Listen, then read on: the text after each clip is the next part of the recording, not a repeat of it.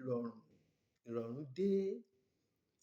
Ètò mi tòní, ẹ̀yin obìnrin ló dá lé lórí. Obìnrin ló wà fún. Àwọn obìnrin ló ní ètò tèní. Ẹ̀yin obìnrin, ẹ súnmọ́ mi níbí. Ẹ wá nǹkan fìdílé àbí kí ẹ fìdílé nǹkan, kí ẹ ṣáà ti jókòó. Ẹ wá nǹkan di fìdílé àbí kí ẹ fìdílé nǹkan, kí ẹ ṣáà ti jókòó. Ah! Ìdí tí mo fi pariwo pé ìrọ̀rùn dé, òun ni pé ọ̀pọ̀ obìnrin ló jẹ́ wípé tí wọ́n bá fẹ́ ṣe nǹkan oṣù, inú rírun ó máa dàbí pé wọ́n fẹ́ bímọ ni. Àwọn míì tẹ bá wo pain tó ń pass through during the period, ah! Àánú obìnrin á ṣe yín. Wọ́n máa lọ́nu mọ́lẹ̀ bí ìgbà pé wọ́n fẹ́ bímọ láti ṣe nǹkan oṣù.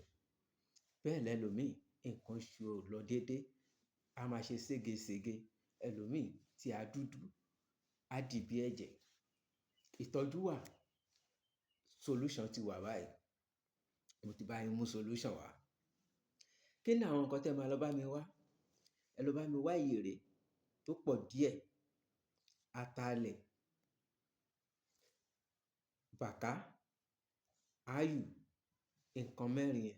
Ẹ jẹ́ kó pọ̀ dáadáa, ẹ lọ̀ọ́ kó kúná kó di powder.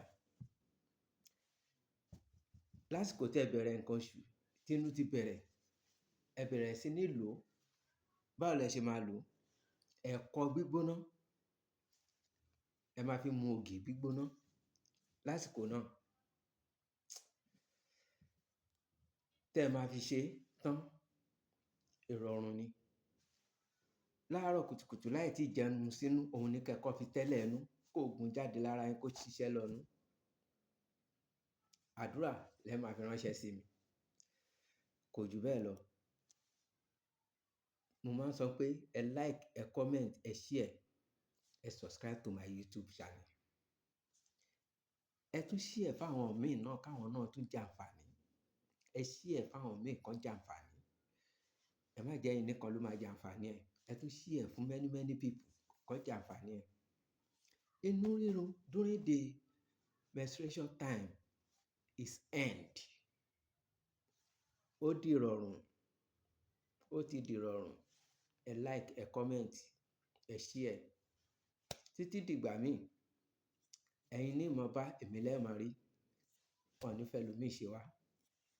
Ire o.